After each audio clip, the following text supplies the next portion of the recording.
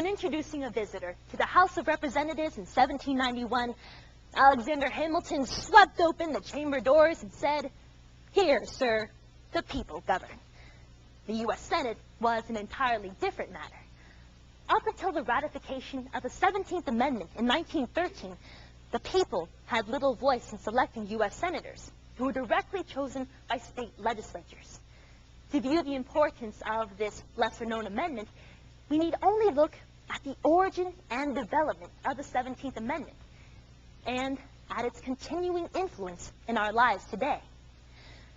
In the hot, humid summer of 1787, the framers of the Constitution hammered out a compromise between large state demands for proportional representation and small state efforts to preserve state equality. While Article 1 authorized that the people be represented in the House of Representatives, the Senate was designed to protect the interests of the states. The Senate's usefulness, argued James Madison, lay in their proceeding with more coolness, more system, and more wisdom than the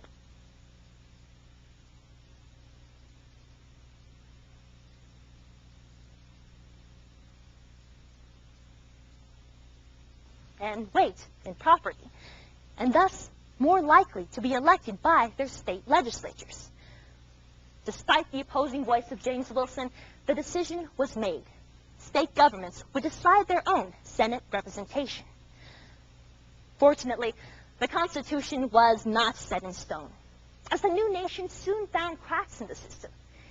In the early 1800s, states began using their power to reward prominent politicians who zealously supported state interests, or to punish those who betrayed their constituents. In the 19th century, Senate elections had become three-ring circuses. In Missouri's 1905 struggle over choosing a senator, desks were ripped from the floor, a fusillade of books began, and bottles of ink thrown at a clock, all in a Republican attempt to adjourn a meeting before an election was secured. Such quarrels paralyzed the Senate election process, often leaving states either partly or totally unrepresented. Money and other forms of corruption undermined the ideal Senate James Madison had once envisioned. A 1906 study reported that 1 out of every 3 senators owed his election to personal wealth or to being the candidate favorable to the established system. Reformers maintained that a constitutional amendment authorizing the direct election of senators would be the best means to end the corruption in the Senate. But most senators were reluctant to change the system under which they had been elected. After overwhelming support among the people, the 17th Amendment was finally added in 1913. Surprisingly, the states accepted their loss of control without a murmur of complaint. Many felt it was a small price to pay for the increased order and democracy found under the new amendment. Today, our nation faces new problems under the system of election.